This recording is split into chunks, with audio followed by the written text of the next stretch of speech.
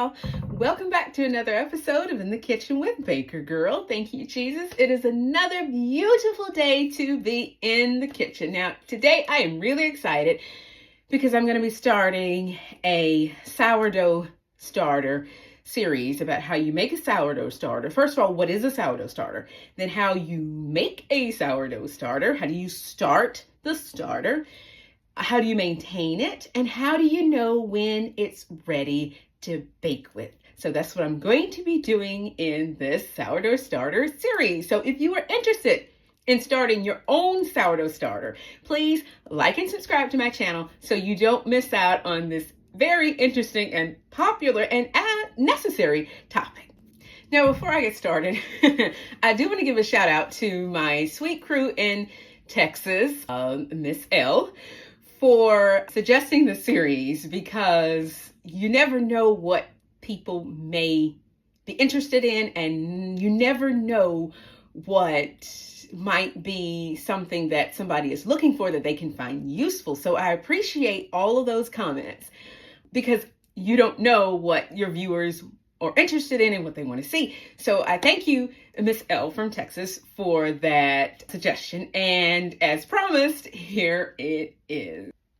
Okay, now let's begin with what is a sourdough starter. And I'm going to try to make this as easily digestible as possible, because there are reams and reams of things that you can, examples you can use about a sourdough starter. So this is my sourdough starter. And this starter is, it's not my oldest starter. My oldest starter is in the fridge. But this is Miriam, by the way. You guys, meet Miriam. And Miriam is a very good sourdough starter. Now, a sourdough starter is simply wild yeast. And what makes the yeast, makes the dough active, meaning what makes it where it will rise, leaven bread, is the wild yeast that feeds off of the flour. It feeds off the starches in the flour. That feeds the yeast and produce those little bubbles that you see in your starter. That's called carbon dioxide. And that is what bubbles and makes your breads or whatever you're baking with rise. So this is yeast. Just like you buy a package of yeast from the grocery store, this is yeast. Now, the difference between this and your packaged yeast from the grocery store, whether it's active dry yeast or instant yeast, those yeasts are a lot faster.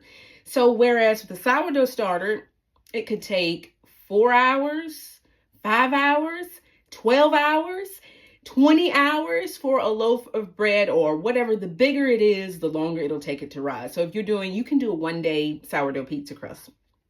Or you could do what we do, sourdough bread, which takes about a 2-day process.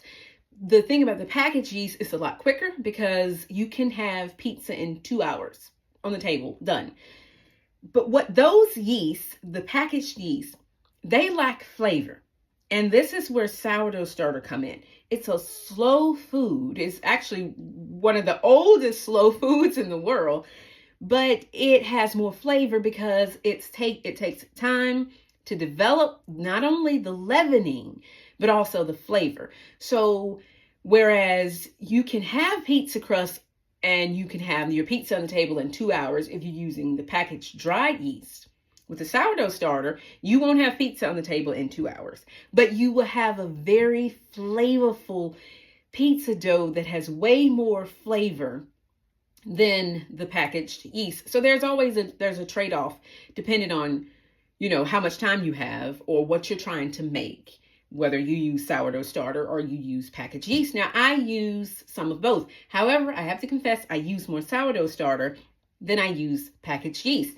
And that's for 2 reasons. Number 1 reason, I am a baker. So the time that it takes me to make things with sourdough, so I start them way ahead of time, knowing that they're going to take time. But if I'm in a hurry, or if I want to make something that I don't want it to be sourdough starter, such as, I don't want it to be sourdough, such as, I don't know, yeast rolls. I'm not particularly interested in sourdough yeast rolls. I like my yeast rolls and they don't have sourdough in them. So that's where the packaged yeast comes in. Now, this is more affordable than packaged yeast because your sourdough starter, as long as you keep it fed, it never dies. And you don't have to buy it like you do packaged yeast. So you just keep feeding it, give it flour, give it water, use it, feed it, use it. And you never have to buy this because it's here. It depends on you to feed it. If you don't feed it, it will die. But as long as you keep it fed and as long as you keep it healthy and you know your sourdough starter, you watch it, it's active, it's always there and you can always use it. So that is a sourdough starter. Now I am going to show you what an active sourdough starter looks like. Now this is an active sourdough starter. And if you look at it, you see how rich the bubbles is in it. So it's very active, it's very bubbly, it's full of bubbles. And if you listen, you can hear the bubbles exploding. That is a very active sourdough starter. Now, I fed my sourdough starter last night, so it has been 12 hours, and it takes longer in the winter than it does in the summer. Most sourdough starters in the summer, they are ready to use in, say, a matter of maybe 2 hours to 4 hours. But in the wintertime, I know it takes my starter a little longer, so therefore I feed it at night, therefore it's ready to go in the morning. Now, this is ready to go. I can start using this right now if I wanted to bake something. It's good, it's ready to go. So this is Miriam. She is ready to go. I can start baking with Miriam right now. But how do you get to the stage where you have a fed, ripe starter like Miriam? Now that's what we're going to discuss next. Now, what do you need to start a starter like Miriam here? Let me show you. First of all, you need a vessel to start your sourdough starter in. Now, just for ease of viewing, and also because these mason jars, they have little marks on them so you can kind of monitor where your starter is and its development, I'm going to start with a mason jar. And a wide mouth mason jar is easier because something with a narrow neck is going to be frustrating, not only to try to stir it and use a wide mouth jar. Now, for my ripe fed starter that's ready to go, I prefer plastic, and I'll talk about that coming up, why I prefer to keep my starter in a plastic jar versus in a glass jar. But to start, you need a glass jar. You also, of course, you need some water. And let's talk about the types of flours that you need for a sourdough starter. Now here I've got all-purpose unbleached flour. Always use unbleached flour. Bleaching chemicals in bleached flour will, first of all, your starter won't develop. And if it does develop, it'll eventually kill itself because the chemicals in it in the flour will kill it. So always start off with unbleached. And then here I have some organic rye flour. Now, you can use, and I have used whole wheat flour, which I have here. I have used whole wheat flour. Now, it depends on what you have. Rye flour will give you more, it'll get started a little faster because rye has more of the bacteria in it that the wild yeast likes. And also because this is an organic rye. But whole wheat works equally well.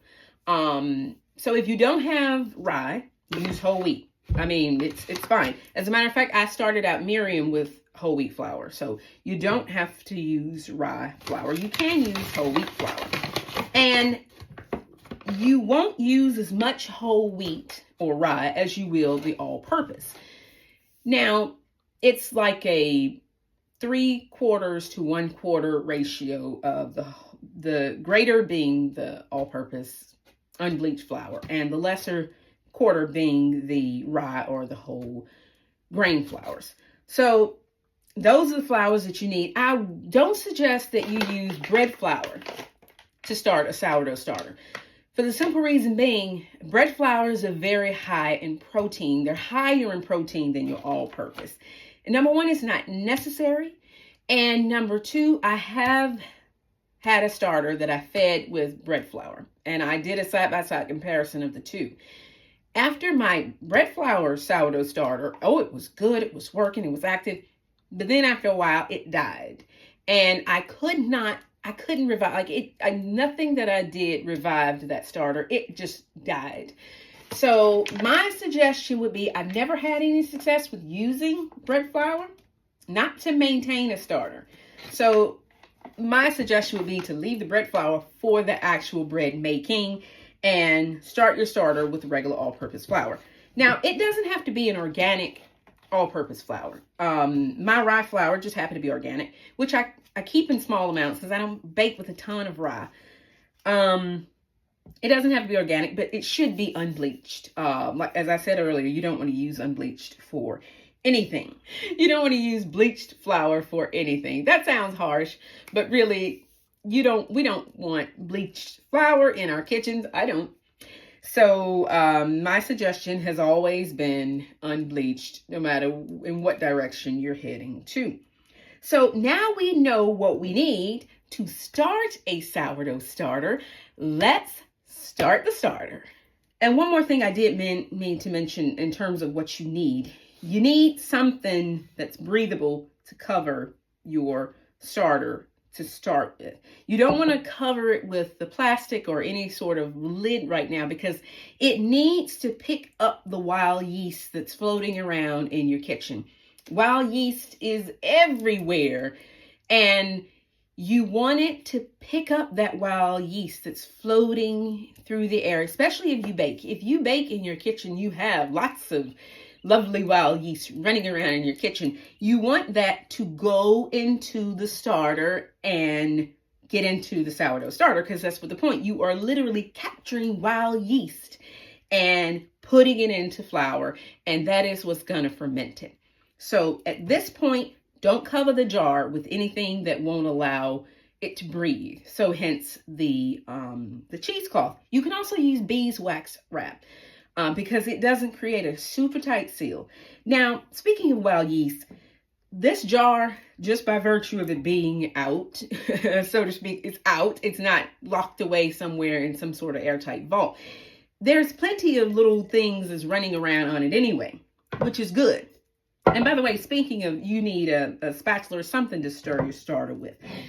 So let's start the starter. Now, you can use measurements with measuring cups, spoons, and things like that. Or you can use a scale. Now, I always use a scale for my sourdough starter simply because it's more accurate when you're feeding your starter. There's less risk of you dumping. But again, if you don't have a scale, by all means use cup measurements. Just make sure that you stick with a measurement and you're not dumping an excess amount, because then it becomes unnecessary. So, and I'll talk about that in the coming series of why you don't want to do that. You'll just be creating way too much starter. So I'm going to start, as I said, I'm going to use a scale. And I will leave measurements that does not, I use measurements that doesn't need a scale for you guys, for those of you who don't have a scale. So I'm going to start out with water. And I know I want 1/4 cup of water. 1, 2, 4. So there's 1/4 cup of water goes into the jar. And I'll explain why I put the water in first before I added in any flour. Now, 1/4 cup of water is 60 grams. Some people use ounces for their sourdough starter. If you do, that's fine. But I weigh out by grams. So hence grams. So that's 1/4 cup of water, which is 62 grams that goes into your sourdough jar that you're going to be using. Set that aside.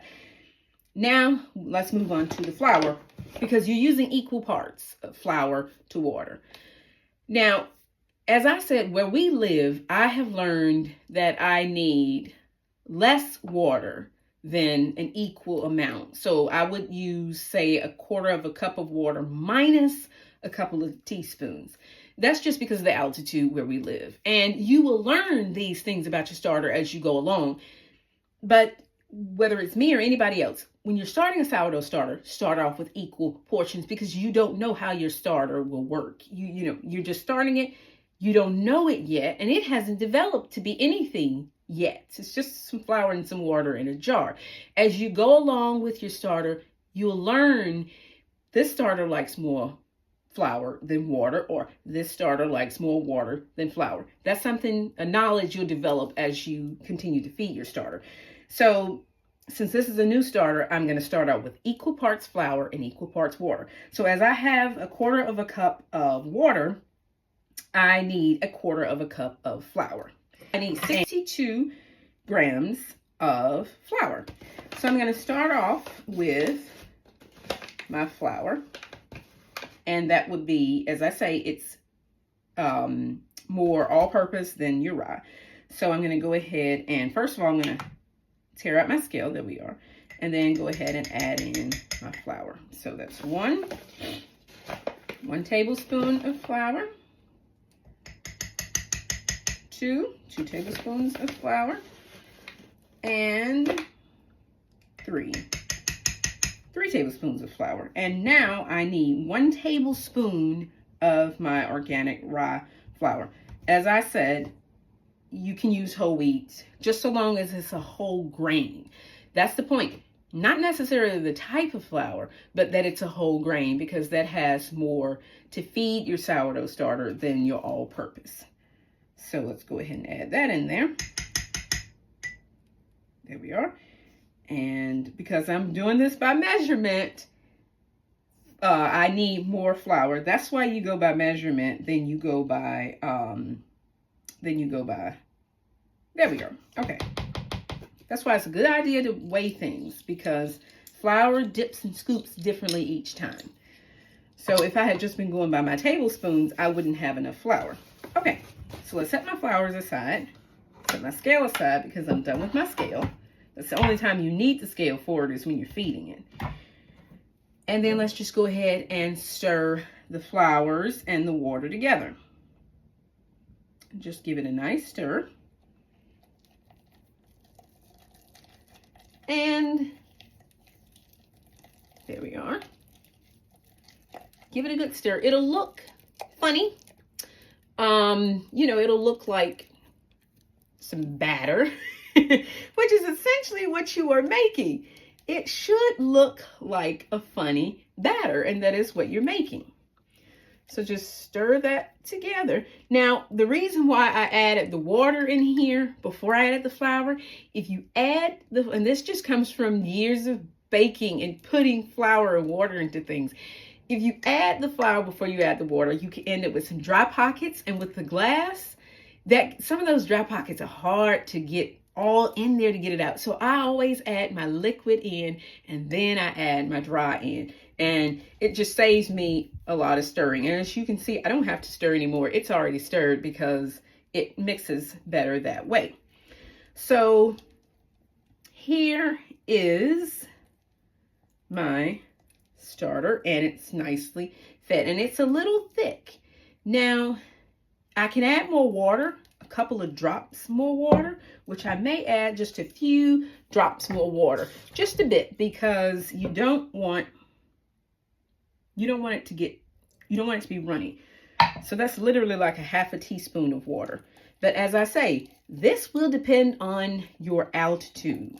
Where we are, our altitude is a little bit different from most of you. So always start out with the lesser end, and then you can always add a few drops more if you need to. That goes with any baking, by the way. I can tell you 200 grams of water. You may find where you live, you need 250 grams of water, or you may need 150 grams of water.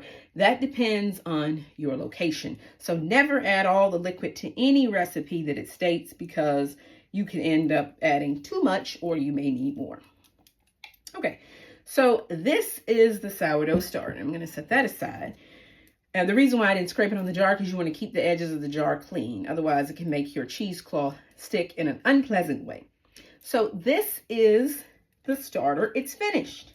I don't need to do at this point anything else to it. all I need to do is to set this aside, and I'm trying to see, there's lots of sunlight in the kitchen today.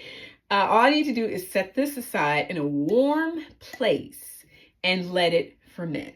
So just go ahead and cover it with some cheesecloth.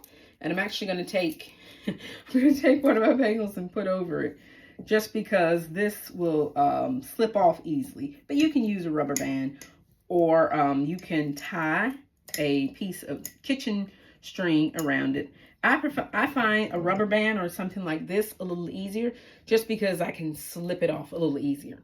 So take note of your starter and where on the lines of it and where it starts. You can do this with a marker. You can put a little mark and you say, okay, I started there. Okay. Grab my marker and we will mark where the starter is. So the line is here. So I'll just put a little line right there. Doesn't need to be an excessive line, but just put a little line there and you'll know how your starter is doing. So that is how you start a sourdough starter. And at this point, just set her in a warm place. It must be somewhere warm. If it's cold, it will never ferment. It'll just be sitting there. It will ferment, but it'll take it a lot longer. And you'll kind of start to be discouraged because it just appears to be sitting there, not really doing anything. So you want to set it somewhere where it will, it'll have some warmth. That could be a warm windowsill. That could be near your oven if your oven stays on. For me, I'll set it near my wood stoves because they're always warm for the most part. So that is like the ideal heat. You can set it near a lamp, any place that you know is going to be a nice constant warm for your starter, especially in the wintertime. Now in the summertime, you can set it anywhere. It'll be just fine. So it's just in the winter we need to think about those warm places. But in the summer, you can leave it wherever and it's gonna start. Now, I'm not going to do anything with this starter for 12 hours. So it is 12:08 on the East Coast. I'm not going to do anything to this starter for 12 hours, and I'm going to watch it for 12 hours. Now, that will be 12:08 tonight. So I'll look at it. I'll see if I see anything. I'll take the lid off of it, and I'll give it a stir. I'll cover it back up and leave it for another 12 hours. There's no need to feed it at this point, because you've given everything is needed right here for the starter to get going. So I'm just going to leave it and let it hang out, let it do its thing, let the wild yeast that's roaming around, it's circling, looking, and then after a while, wild yeast is going to go, oh, here is some flour and some water in a jar, guys, let's go in. And then they're going to go in, and when they get in there, you'll start to notice and you'll say, oh, okay, I see some bubbles. And you'll see little bubbles. It won't be like Miriam here. Miriam here is full of all kinds of bubbles, but that's because she's an established starter. So this is a brand new starter. And so you need to have patience and let the wild yeast start to do its thing and start to create those little bubbles. And then you'll know your starter is working. Now, in the next episode, I'm going to talk about how to maintain your sourdough starter and how to not be discouraged if you don't see anything happening with your sourdough starter, because that happens to me. So that's coming up in the next episode, how to maintain it, how to give it its first feed. And as we move along, we'll talk about how you know when your sourdough starter is ready to bake with. So if you haven't subscribed, please subscribe to my channel so you don't miss that episode, because this is what I like to call real baking. Now, I'm not saying if you use yeast or whatever, that's not real baking, but sourdough is really the oldest form of leavened bread. And so it's a good skill to have, because not only is it very healthy, and we'll talk about that too. We'll talk about why this is healthier to use than just regular yeast. But also, it has more flavor. It has way more flavor than just regular yeast. So we'll be talking about that, the good Lord willing, coming up in the next episode. In the meantime, y'all, don't forget, relax, enjoy the day, set that starter in a warm place, and forget about it for another 12 hours. Let it do what it do. And I will see you guys back here in 24 hours in the next episode. Take care, y'all. Bye.